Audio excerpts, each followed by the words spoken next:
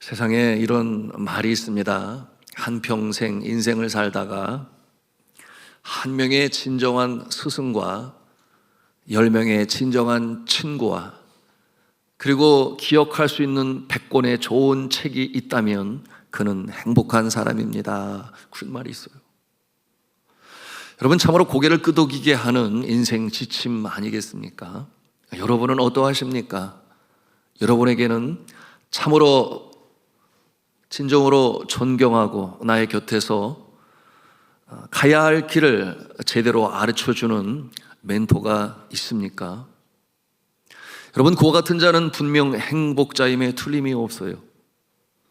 그런데 여러분 중에는 나에게는 진정한 스승이 없어요, 그럴 분도 계시겠죠.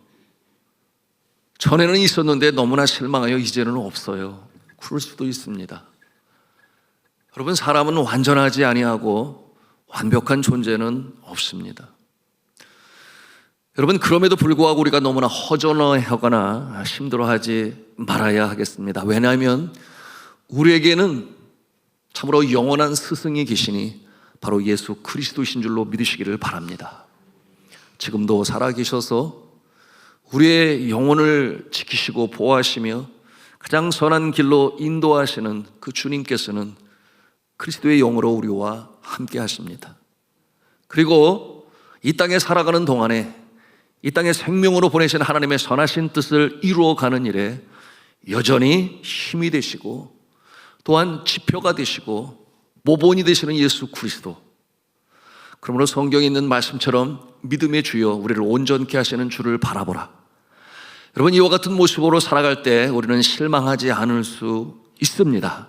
바로 주님이 우리의 진정한 스승이 되시기 때문이에요.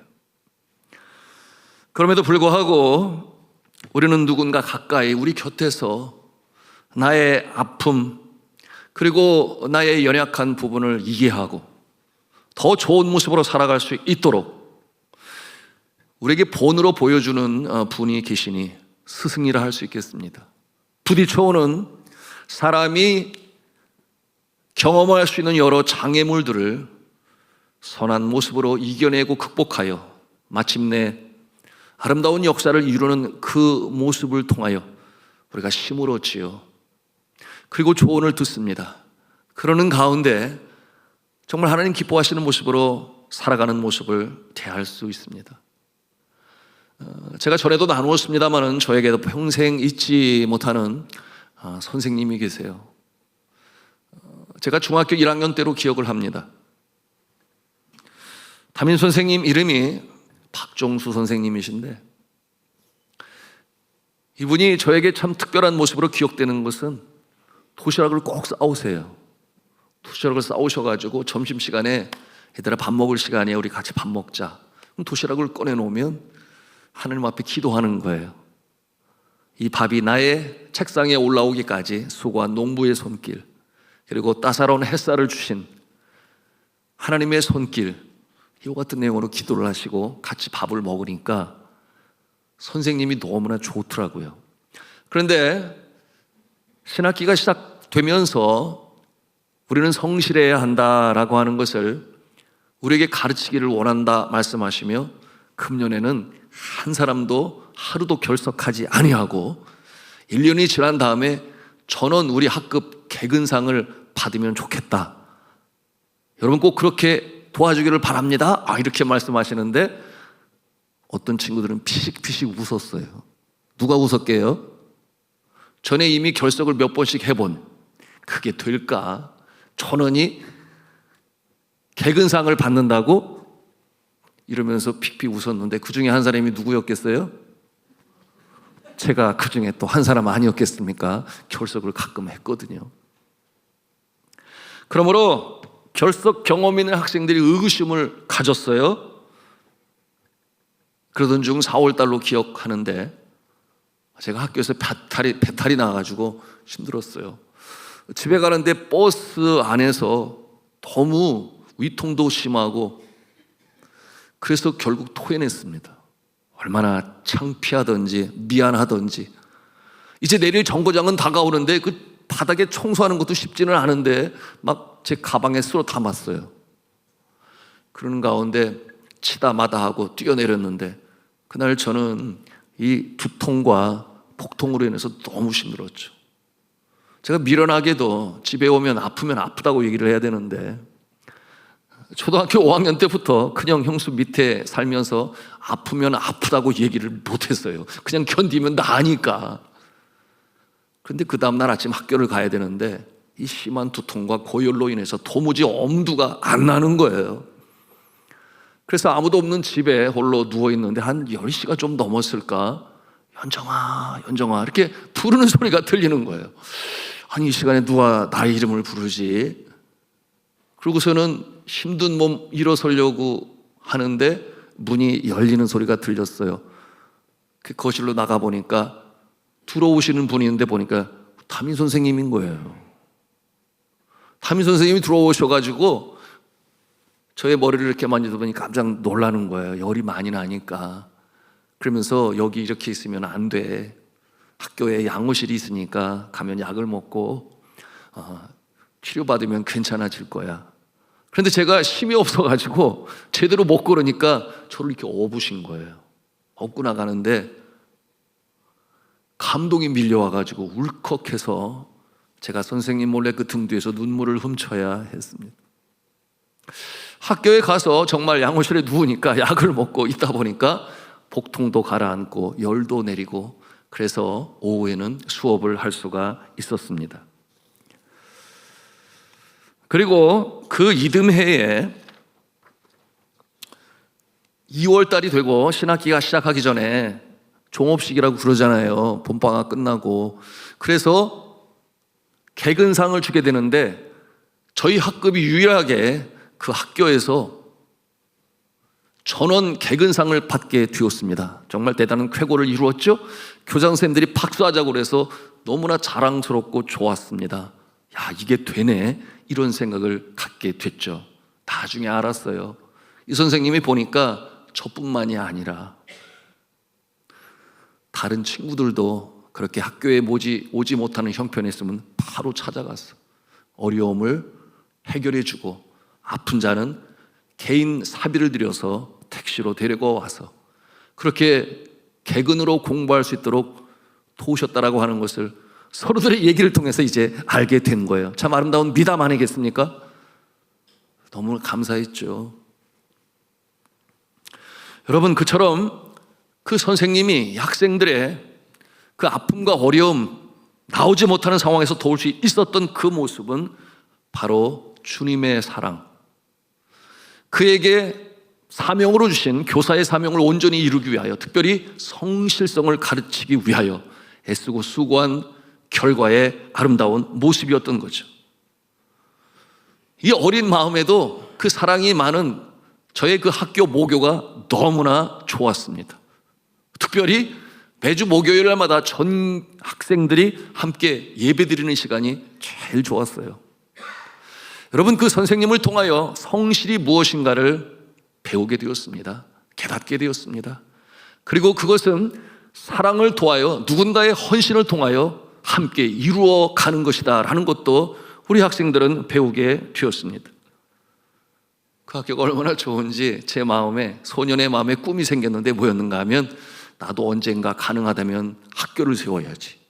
이렇게 좋은 학교를 세워야지. 늘 주님 앞에 예배하고 사랑으로 존경으로 스승과 제자의 관계가 형성되는 학교를 세워야지. 그래서 언제 이루어졌는가? 선교지 네팔에서 2001년도에 시작되어진 학교를 통해서 유치원으로 시작한 모습이 초등학교와 중학교와 고등학교와 그리고 초급대학에 이르기까지 지금도 600여 명의 학생들과 70여 명의 직원들이 지난 25년의 세월 속에 사랑의 공동체를 이루게 되었습니다. 그 졸업생들이 이제는 사회 각 영역으로 나가서 빛과 소금의 역할을 감당하고 그 나라에 영적으로 불모진 그 나라에 예수 그리스도의 푸르른 계절이 임하게 하는 일에 쓰임받는 모습이 되었습니다.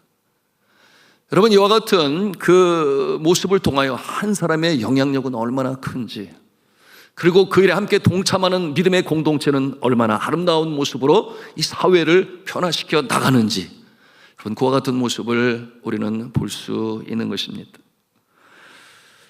자, 오늘 성경 본문에는 제자들이 깜짝 놀라죠. 왜냐하면 예수님이 발을 씻기시는 거예요. 여러분, 이와 같은 모습은 아시는 대로 종이 상전에게 하는 일입니다. 그런가 하면 아주 귀한 손님이 오실 때, 특별히 팔레스틴 지방 햇볕이 얼마나 따갑습니까? 사막과 광야, 먼지가 많은 곳에 여러분, 샌들을 신고 다니니까 먼지가 항상 발에 있기 마련이요. 어떤 귀빈이 오시게 되면 주인조차도 무릎을 꿇고 종의 형체를 가져 발을 물로 씻습니다. 그런데 예수님이 주와 선생이 되어 이와 같은 일을 행하시는 거예요. 제자들은 이해가 되지 않는 거예요. 어떻게 이럴 수가 있는가? 여러분, 예수 그리스도께서 주와 선생이 되어 이와 같은 일을 하시는 것은 목적이 있으셨죠. 가르치시고자 하는 것이 있었습니다. 그러므로 행하시는 거예요. 본을 통해서 가르쳐야 되겠다. 자, 오늘 말씀 14절 15절에 있는 말씀이에요. 우리 같이 읽도록 하겠습니다. 시작. 내가 주와 또는 선생이 되어 너희 발을 씻었으니 너희도 서로 발을 씻어주는 것이 옳으니라. 내가 너희에게 행한 것 같이 너희도 행하게 하려 하여 본을 보였노라. 아멘. 주와 선생이 되어, 주라고 하는 것은 영혼을 구원하시는 믿음의 대상으로서의 주님이세요. 그런가 하면 선생이 되어라고 또 말씀하시는 것은 본으로 가르치시고 보여주시니 이제는 따름의 대상으로서의 예수님이신 것입니다. 주와 선생의 모습으로 우리의 영혼을 구원하실 뿐만 아니라 삶의 본을 보이셔서 천국 백성은 이와 같은 모습으로 살아야 된다 하는 그 본을 보이시는 예수님의 모습, 그 가르침을 오늘 우리는 말씀을 통해서 대하시는 것입니다. 여러분, 예수님이 이제 세상 떠나실 날이 얼마 남지 아니했습니다. 그런데 제자들은 서로 다퉈요. 이유가 뭐냐? 누가 더 잘났느냐? 누가 더 크냐? 다투는 것입니다. 그때 그들을 두고 가시는 예수 그리스도께서 뭘 하시는 것입니까? 너희가 서로의 발을 씻어 주어라. 너희가 서로의 발을 씻어 주어라. 싸우지 말고 다투지 말고 먼지 덮인 더러운 발을 씻는 것처럼 서로의 연약함과 부족함을 닦아주고 씻어주고, 연약함을 알더라도 서로 존중하고 피차 사랑으로 대하라. 이것이 예수님께서 십자가를 눈앞에 두고 마지막의 모습처럼 그렇게 제자들을 가르치시는 거예요. 이와 같은 모습을 통해 우리는 참 훈육이 무엇인지, 또한 스승은 어떠한 모습이 되어야 하는지, 이와 같은 모습을 우리는 배우는 것입니다. 세 가지로 요약하여 예수님의 이 스승된 모습을 우리가 생각해 볼 수 있는데요. 첫째는 우리 같이 한번 한 음성으로 하겠습니다. 사랑과 존경의 관계에서 가르침은 시작됩니다. 사랑과 존경의 관계에서 가르침은 시작됩니다. 주와 선생님이신 예수 그리스도께서 제자들의 발을 씻기시니까 씻김을 받는 베드로가 깜짝 놀라는 거예요. 어떻게 이런 일이 있을 수가 있습니까? 도무지 이해가 되지 아니에요. 여러분, 그러므로 베드로의 반응이 이제 8절에 기록이 되어 있는데 그 모습이 어떠한 모습이에요? 네, 같이 읽도록 합니다. 시작.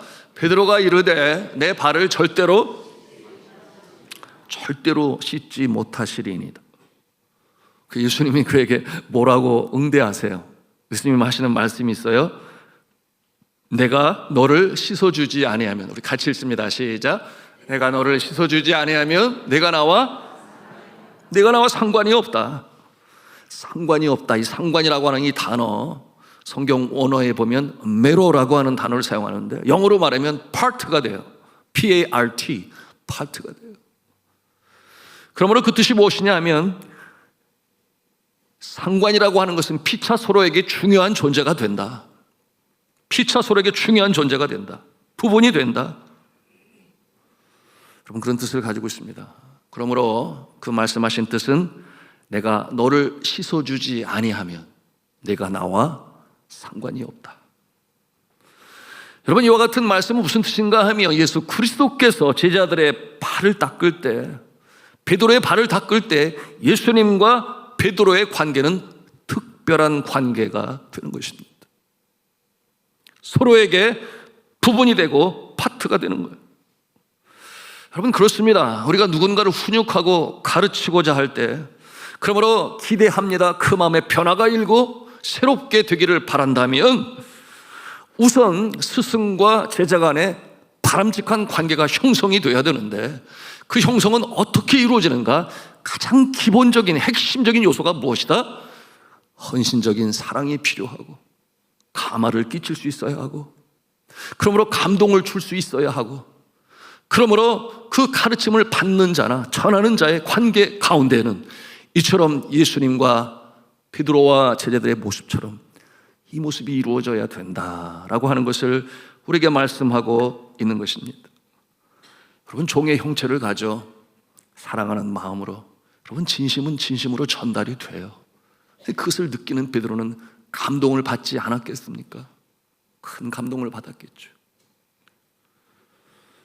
앞서 제가 간증했던 이 중학교 시절에 그처럼 전 학급 개근, 그 선한 영향력을 미치셨던 이 박종수 선생님, 여러분, 그 영향력이 어디서 왔겠습니까? 스승으로서 스승이지만 먼저 헌신적인 사랑으로, 특별히 어려움에 처해 있는 제자들 어찌하든지 공부 열심히 잘하게 하기 위하여 감동을 끼치고 감화를 끼쳤잖아요. 그러니 지금까지도 제 마음에 면면이 살아있는 것 아니겠습니까? 성실이 무엇인지를 확실히 배우고 깨달아 나도 그렇게 살아야지, 그런 다짐을 하는 것 아니겠어요? 자, 이 안에 이 자리에 계신 우리 선생님들 계세요. 그리고 부모님들 계시는데, 그렇구나, 먼저는 사랑하고 존중하는 스승과 제자의 관계가 제대로 설정되기 위해서는 먼저 다가가는 선생님의 헌신적인 사랑, 감화력과 감동이 있을 때 그 관계는 제대로 설정이 되고, 이처럼 생명의 말씀도 양식도 전해질 수 있는 것이구나, 깨달음이 있으시기를 간절히 바랍니다. 자, 그런가 하면 두 번째 우리가 배우는 내용이 있어요. 우리 한음성어로 하겠습니다. 변화와 성숙은 인내와 기다림 속에 일어납니다. 7절에서 예수님이 하시는 말씀이 있어요. 7절 말씀 우리 함께 읽도록 합니다. 시작. 예수께서 대답하여 이르시되 내가 하는 것을 내가 지금은 알지 못하나 이후에는 알리라. 이후에는 알리라. 지금은 당장은 모를지라도 나중에 깨닫는 날이 오게 될 것이다. 그것이 오늘 내가 심는, 때로는 눈물로 씨앗을 뿌릴 때도 있을 거예요. 그 변화되는 날, 깨달음의 날, 그날을 기대하며 소망하기 때문에 할 수 있는 거죠. 여러분, 그런 확신과 소망이 없다면 하겠습니까? 자, 오늘 말씀에 보니 제자들은 몰라요. 왜 예수님이 자신들의 발을 씻기시는지 감도 없어요. 그때는 잘 몰랐습니다. 깨닫지 못했습니다. 예수님께서 말씀하신 이후에는 알리라, 이렇게 말씀하셨는데, 여러분, 그때가 언제였는가? 예수님께서 제자들을 떠나신 이후에, 그때야 깨달아 알게 되었습니다. 자, 발을 씻기시기 전에 제자들 사이에서는 말씀을 드린 것처럼 누가 더 크냐 이렇게 서로 논쟁하고 다투고, 여러분, 그들의 생각에는 예수 그리스도께서 이스라엘의 임금이 되시면 내가 더 높은 자리에 서야지, 이와 같은 마음을 가지고 서로 다투었던 것입니다. 그런데 나중에 깨달아 알게 돼요. 십자가의 사랑을 통하여 깨달아 알게 돼요. 번하신 후에 그들에게 다시금 리마인드 시키신 예수 그리스도께서 가르치신 바들을 깨달은 이후에 그들이 무엇을 깨닫는가? 예수님께서 시작하신 하나님의 나라는 피차 서로 섬기며 사랑하며 헌신하는 가운데 이루어지는, 그와 같은 자들을 통하여 이루어지는 하나님의 나라구나라는 것을 나중에 깨달아 알게 되는 거예요. 여러분, 그때는 그들은 알지 못했습니다. 하나님의 나라는 어떠한 나라인가? 이 무지한 자를 깨우치시려는 예수 그리스도, 사랑과 섬김의 모습을 통하여 그 본을 통하여 깨달아 알게 하시고자 하셨던 것입니다. 말씀드린 것처럼 그것을 깨달은 것은 그때가 아니었어요. 한참 나중이었습니다. 시간이 걸린다고 하는 것이죠. 한때 세상을 떠들썩하게 했던 지존파의 대부 김기환이라는 사람이 있었는데요. 여러분 그 이름 기억하는 분이 계신지 모르겠습니다. 여러 사람을 죽였죠. 어려서부터 집이 몹시 가난해서 미술 시간에 준비할 크레파스를 준비를 못해요.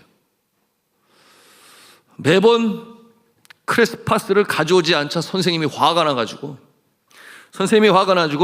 도대체 이게 몇 번째냐 너는, 그러면서 아주 큰 소리로 다른 학생들 보는 앞에서 머리를 쥐어박으면서 그렇게까지, 그러니 그 마음에 참 모멸감을 느끼기도 하지만 자신의 집안의 어려운 형편을 이야기하기도 창피하고, 그러니 그렇게 지나가는데 또다시 그와 같은 상황이 되니까 머리를 쥐어박으면서 뭐라고 그랬는가 하면, 다음부터는 훔쳐서라도 준비물을 준비해와, 이렇게까지 말을 한 거예요. 말도 안 되죠? 친구들 앞에서 창피함을 당한 이 기환 학생은 그때로부터 수단 방법을 가리지 아니하고 도둑질해서 준비해오고, 나중에 이 모습은 강도짓으로 더 확장되게 되었습니다. 그리고 17년 뒤에 강도 살인죄로 말미암아 사형을 언도받게 되었습니다. 그때 법정에서 마지막 진술이 있습니까? 그가 뭐라고 말을 했는가 하면, 초등학교 때 선생님의 말 한마디가 저의 인생을 바꿔놓고 말았습니다. 그렇게 진술을 했어요. 한편으로는 핑계대고 있네 이렇게 생각할지 모르겠지만, 그러나 마지막 순간 사형 언도를 받는 그 자리에서 그와 같은 이야기를 한다라고 하는 것은 그 마음에 깊이 새겨진 것 아니겠습니까? 이와 반대되는 내용의 이야기도 있죠. 스코틀랜드의 한 교회에 아주 말썽꾸러기 소년이 있었어요. 그는 고아로 성격이 아주 난폭했습니다. 어느 날 교회 학교 교사가 그를 불쌍히 여기고 옷 한 벌을 지어서 선물로 주었습니다. 그런데 며칠 후에 보니까 이 소년이 그 옷을 아주 갈기갈기 찢어가지고 쓰레기통에 버렸어요. 왜 그렇겠습니까? 여전히 그처럼 일찍 떠난 부모에 대한 원망과 그 아픔과 상처가 분노로 잠재되어 있는 거예요. 그 마음에 그 분노, 그것이 가득 차 있었던 것이었습니다.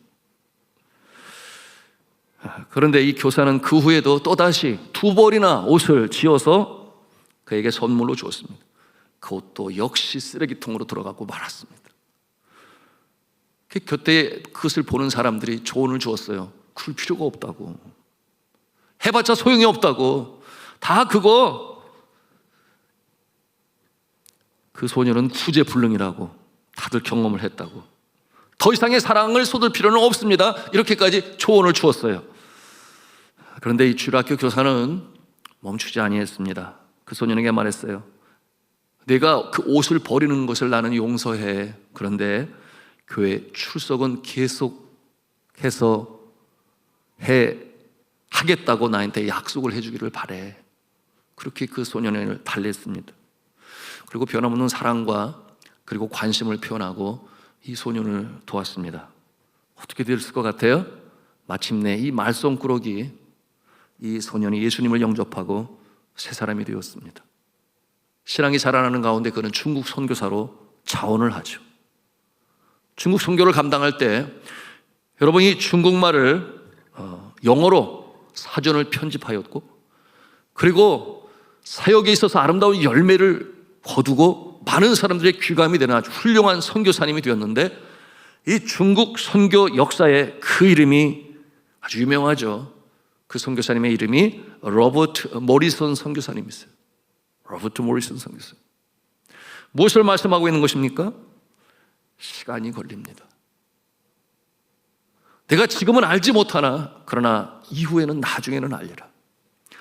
예수님께서 십자가에 달리실 때도 지자들은 왜 예수님이 십자가에 달려 죽으셔야 하는지 알지를 못했어요. 이해가 되지 아니했습니다.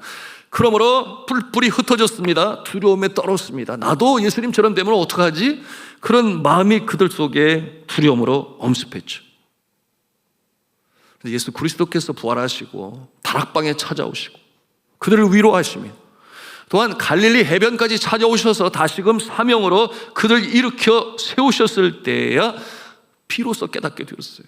그 한량없는 그 사랑에 어찌할 바를 몰랐습니다. 그럼 어떻게 해요? 예수님처럼, 우리도 예수님처럼 살아야지. 그러므로 모든 제자들은 한결같이 예수님처럼 순교자의 길을 걸었습니다. 그러나 아시는 베드로는 수제자가 되어 예수님을 3번이나 부인했다라고 하는 그 죄책감이 그의 신비에 새겨졌을까요? 여러분, 그처럼 음란하고 죄악 가운데 상전과 이 종의 이 불평등한 그 사회 로마 제국 아니었겠습니까? 거기에까지 가서 생명의 복음으로 전하다가 순교의 현장에 서서는 예수님은 그 거룩하신 분이 십자가에 똑바로 달리셨는데 나는 차마 그럴 수가 없습니다.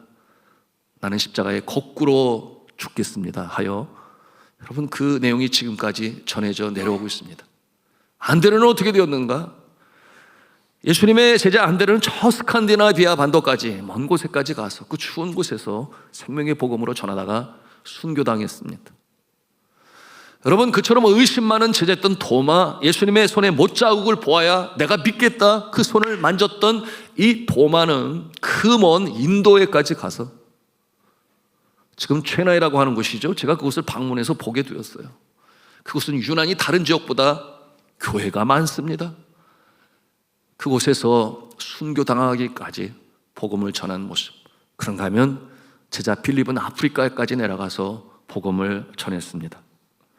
여러분, 이와 같은 주님을 닮은 모습, 그 사랑을 비로소 깨달은 자들의 모습을 통하여 이 복음은 급하고 강하게 불꽃처럼 번져나가기 시작했습니다. 여러분, 이와 같은 모습을 예수님의 가르침을 통하여 우리는 보는 것이에요. 왜 발을 씻겨주셨는지, 왜 끝까지 사랑하셨는지, 주님이 원하시는 바가 무엇인지를 그때는 몰랐지만 그러나 예수님은 실망하지 아니했습니다. 끝까지 섬김으로 그들을 사랑했습니다. 그리고 제자들이 그 깨달음을 받았을 때 예수님은 이미 이 땅에 계시지 아니하셨습니다. 자, 무엇을 우리에게 보여주고 있습니까? 자, 우리의 아이들, 우리의 자녀들, 또한 나의 학생들, 여러분, 내가 지금 씨앗을 심습니다. 하나님의 말씀으로 양육합니다. 나의 사랑으로 전합니다. 때로 우리는 눈물을 흘리며 씨를 뿌릴 때도 있습니다. 여러분, 눈물로 뿌려지는 그 씨앗은 결국 마침내 발아하고 싹으로 줄기로 이파리로 꽃으로 열매로 맺어지는 그날이 오는 줄로 믿으시기를 바랍니다. 그러기 위하여 우리는 인내할 수 있어야 돼요. 기다려줘야 돼요. 그럼에도 불구하고 우리는 끊임없이 예수님께서 보여주시는 것처럼 내가 지금은 알지 못하지만 나중에는 알게 될 거야. 사랑의 씨앗으로 심으시는 저 여러분의 모습이시기를 주님의 이름으로 축복합니다. 자, 세 번째로 한 음성으로 하겠습니다. 최고의 가르침은 본을 보이는 것입니다. 자, 본으로 가르치는 것이 예수님의 가르침의 방법이었어요. 저는 한 교육학 책을 통해서 이런 글을 읽은 적이 있습니다. 영향력을 미치기로 한다면 대학교 교수보다는 초등학교의 선생님이 더 앞설 것이다. 이런 명제가 담긴 책을 본 적이 있습니다. 이게 무슨 말인가? 행동으로 보이는 것이 초등학교 선생님의 주요한 역할이라고 한다면 대학교 교수님은 가진 바 전문적인 지식과 학문을 가지고 그 내용을 전달하고 또 그 분야에 더 잘 개발될 수 있도록 가이드하는 역할이 더 주 역할이라고 하는 것이죠. 아이들은 선생님을 흉내를 내요. 그렇죠? 여러분, 선생님 흉내 내봤어요? 여러분 어렸을 때 생각해 보면 많이 그랬을 거예요. 저도 선생님이 앞에서 걸어가면 뒤에서 똑같이 이렇게 흉내를 내면서 걸어가는 거예요. 이렇게 기우뚱 이런 것도 흉내를 내고, 그런가 하면은 어투도 흉내를 내고, 심지어는 얼굴 표정까지도 흉내를 내고, 음성도 흉내를 내고, 하여튼 흉내를 내요. 선생님은 보이지 않게 그 본을 통하여 이미 자녀들은, 학생들은 학습하고 있는 거예요. 흉내를 냅니다. 자, 그러므로 그래서 그럴까요? 유치원으로부터 시작하여 고등학교까지는 가르치는 분을 뭐라고 불러요? 선생님이라고 불러요. 우리 주일학교에서는 선생님을 뭐라고 불러요? 선생님이라고 부르지 뭐라고 불러요? 선생님이라고 부르지. 그런데 대학교에 들어가면 가르치는 분을 뭐라고 불러요? 교수라고 불러요. 선생님하고 교수님하고 뭔 차이가 있나? 글자가 다르잖아요. 그죠? 선생, 먼저 태어났다, 그런 뜻을 가지고 있어요. 먼저 태어나서 먼저 삶을 살아보신 분, 인생이 무엇이 문제가 있고 잘못이 있고 어떤 길을 갈아야 할지 경험으로 선험자가 되어서 선생님이에요. 교수는 가르칠 교자에 줄 숫자를 써요. 전문적인 지식을 제공하고 또한 개발할 수 있도록 가이드를 해주고, 교수님이에요. 그렇다면 생각해 보는 거, 우리 예수님은 어디에 속하지? 선생님이셨을까? 교수님이셨을까? 이런 생각을 해보지 않을 수가 없습니다. 우리 예수님은 양쪽 다예요. 양쪽 다예요. 하늘의 신령한 지식으로 천국 백성이 어떠한 모습으로 살아가야 할지 가이드라인을 제공해 주셨을 뿐만 아니라 오늘 말씀처럼 주와 선생이 되어 그 삶의 모습을 본으로 친히 보이셨던 예수 그리스도, 그러므로 감화와 감동을 우리에게 지금도 주는 것 아니겠습니까? 저는 선교지 네팔에서 신학교를 설립하고 운영한 교육 행정가였지만, 그러나 언제고 학생들을 가르치는 일에 힘썼습니다. 누구보다도 더 많은 과목으로 그들에게 다가갔는데, 제가 양보하지 않았던 부분은 어떤 부분이었는가 하면 새벽 기도의 담당은 무조건 저를 시켜주세요 그랬어요. 왜냐하면 기도 없이는 목회 현장에서 그 영적 전쟁에서 이길 수가 없기 때문에. 새벽 기도가 없는 그 나라에 새벽 5시면 영락 없이, 추운 겨울에는 추워요. 기도할 때 막 하얀 입김이 폭폭폭, 양말도 안 신고 오는 신학생들과 함께 새벽을 깨워 기도했습니다. 여러분, 미리 신학기에 그렇게 선포한 것은 왜 그렇겠어요? 제가 제 자신을 너무나 잘 아는 거예요. 나태하고 기울고. 그럼에도 불구하고 학생들 앞에 약속을 해놓으면 지켜야 되는 것 아니겠습니까? 억지로라도, 억지로라도. 참, 이 말이 하나님 보실 때는 얼마나 부끄러운 말이겠어요. 억지로라도.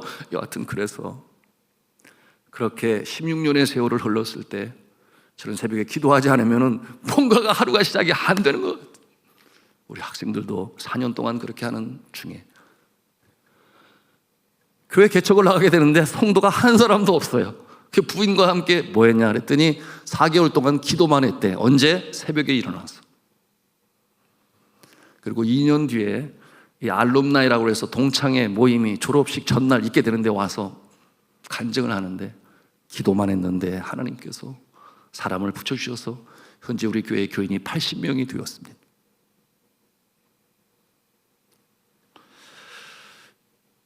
여러분, 본으로 직접 행한다라고 하는 것은 얼마나 어려운가 항상 느끼는 거였어요. 많은 것으로 가르치고 나눌 수 있지만, 그러나 그거보다 훨씬 더 어려운 것은 그것을 행함으로 실천할 때, 그렇구나, 행함으로 실천하는 것이 더 어려웠구나. 자주 아내와 함께 병원에 입원한 형제 자매들을 의문하고 방문했죠. 직원이 70명에 학생들이 600명이나 되니까 여기저기 아픈 일도 있고, 갈 때 그냥 가요? 네. 여러분들도 그냥 가시는 분 없잖아요. 때로는 병원비에 대한 부담도 가지고 가고, 그러는 가운데 관계가 형성이 되니까, 그렇지, 영적인 가족이지, 그래서 너무나 중요했습니다. 학교 발전에 있어서. 한 번은 이 가스 파동이 일어나가지고, 왜 그러는가 하면 인도와 네팔의 관계, 히말라야의 그 눈노가 내리는 물이 세계 수자원의 2위예요. 엄청난 물이 쏟아져 내리는데 인도로 방글라데시아로 흘러가요. 그런데 정작 네팔은 가난해요. 그래서 그 강물들을 막아서 댐으로 막아서 전기를 만들면 더 잘 사는 나라가 되고 전기 수출할 수 있다 그러는데, 보니까 전에 왕정시대 때 100년 전에 인도와 협약을 만들었는데 그 강줄기를 막지 않기로 계약을 맺어놓은 거예요. 그래서 마오이스트라고 하는 공산당이 일어나서 이 계약 무효 다시 만들어서 우리 잘 살아야 돼 이렇게 해가지고 내전이 일어난 거 아닙니까? 7년 동안이나. 여하튼 그러는 가운데 인도가 어떻게 했는가 하면 국경을 봉쇄해버렸어요. 가스가 안 들어와요. 가스라고 하는 거는 LPG 가스뿐만 아니라 석유, 등유, 석유, 휘발유 아무것도 안 들어오는 거예요. 그러니까 우리는 할 수 있다라고 막 젊은이들이 큰 소리를 쳤는데 한 달 정도 지나니까, 여러분, 수도라고 하는 카트만두에서 어떤 일이 벌어졌는가 하면 밥을 지어서 먹어야 되는데 불이 없잖아요. 길거리에 나뭇가지를 주스러 다니는 거예요. 선교사들은 발빠르게 움직이죠. 그래서 미리미리 이 가스통을 집에다 사다 놓고 준비를 하는데 가난한 자들은 그러지 못해요. 그런데 보니까 저에게 선생님이 출산을 하게 되었는데 가스가 없는 거예요. 뜨거운 물 필요한 거 아니에요? 아이도 목욕시켜야 되고 본인도 씻어야 하고 가스가 없어요. 뿐만 아니라 또 다른 선생님이 그러네. 그래서 집에 와서 이렇게 보니까 가스 2통을 재놨더라고. 그리고 반 통이 남아있는데 마음이 편하지가 않는 거야. 그 모습을 알게 되는 순간 고민을 하다가 주어야 되나 말아야 되나. 가스 2개, 2통 다 주었잖아요. 그러면서 제 마음에 그런 생각이 드는 거예요. 우리도 나뭇가지 주워다가 밥 해먹는 거 아니야? 이런 생각도 들고. 근데 그때 우리 선교사님들이 부르는 주제가가 있어요. 무슨 찬송인가 하면 내일 일은 난 몰라요. 하루하루 살아요. 이와 같은 찬송을 부르니까 하나님께 맡기고 그렇게 행했습니다. 그러면서 느낀 것이 그거예요. 지식을 전하는 것보다 행함으로 실천하는 것은 훨씬 더 어렵구나. 그런데 예수님께서는 그렇게 본으로 보이셨구나. 그러면서도 제 마음에는 회개가 일었죠. 내가 이렇게 힘들어하는 것은 아직도 멀어서 주님을 닮아야 되는데 그러지를 못해서, 내가 이렇게 이런 실천이 나에게는 어려운 거구나. 지금도 마찬가지예요. 한국에 와서 목회를 하면서도 더 빨리 병원에 방문을 해야 되고 위로하고 격려해야 되는데 신방이 바쁘다 하여, 뭐가 바쁘다 하여, 설교 준비 바쁘다 하여 주님 앞에 나가서 회개하며 기도합니다. 주님을 닮게 하옵소서. 그러니까 요한일서 3장 18절에 뭘 강조를 해요? 우리 같이 한번 마음에 담겠습니다. 시작. 자녀들아, 우리가 말과 혀로만 사랑하지 말고 오직 행함과 진실함으로 하자. 그렇습니다. 행함과 진실함으로 하자. 자, 오늘은 스승의 주일이에요. 그래서 나에게 참 귀한 가르침을 주신 스승들에게 감사하고, 또 스승을 보내주신 하나님께 감사하고, 우리 주일학교 학생들에게 우리 부모님들은 가르쳐 줘야 돼요. 고마워할 줄 알고 감사할 줄 알아야 돼. 손편지라도 쓸 수 있도록. 그래서 진정 감사한 마음을 표현할 수 있도록 가르쳐 주어야 돼요. 오늘날 보니까 스승의 날은 학교도 못 가게 한다고 그래요. 차이가 있어가지고. 그러나 성경에 있는 말씀은 우리로 하여금 가르쳐 줍니다. 뭐라고 그랬는가 하면 갈라디아서 6장 6절에 말씀해요. 같이 읽습니다. 시작. 가르침을 받는 자는 말씀을 가르치는 자와 모든 것을 함께하라. 아멘. 우리 자녀들이 그렇게 커야 되잖아요. 우리도 그래야 되고. 이 자리를 빌어서 이제 주일학교 11시부터 시작인데 계신 우리 선생님들 이 자리에 계신데, 선생님 수고 많으셨습니다. 우리가 격려하고 응원합니다 하는 마음으로 힘찬 박수 해주시기 바랍니다. 네. 감사합니다. 네, 감사합니다. 자, 이제 말씀을 마감하겠습니다.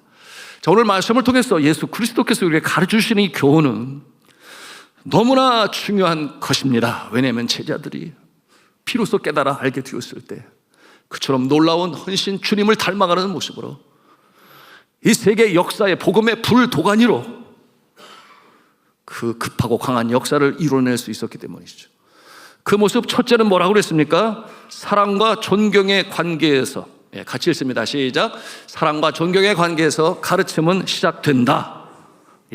예수님은 심지어 십자가에 죽기까지 우리를 사랑하시고 용서하심으로 끊어낼 수 없는 그런 관계로서의 영적 가족 형성을 하셨습니다.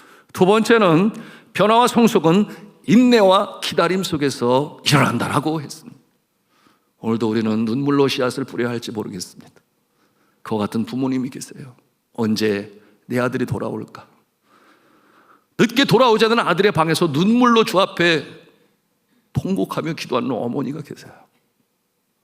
그러나 마침내 싹으로 줄기로 이파리로 꽃으로 열매로 나타날 줄로 믿습니다. 인내하며 사랑으로 기다려야 돼요. 마지막 세 번째로 뭐라고 그랬습니까? 최고의 가르침은 본으로 보이는 것이다. 본으로 보이는 것이다. 가지고 있는 지식, 경험 나누는 것은 그렇게 어렵지 아니에요. 그러나 내가 본으로 보인다라고 하는 것은 여러분 우리의 애씀과 노력이 필요한데 그러나 그 결과와 그 열매는 그만큼 더 효과가 있고 열매로 나타날 수 있다. 오늘도 사랑의 씨앗, 눈물로 씨를 뿌리는 자는 반드시 기쁨으로 그 단을 가지고 돌아오리로다. 이 소망의 말씀을 부여잡고 주님을 닮아가는, 그러므로 온전한 스승의 모습이요 부모의 모습이요 또한 배우는 자의 모습이 될 수 있기를 주님의 이름으로 축원합니다.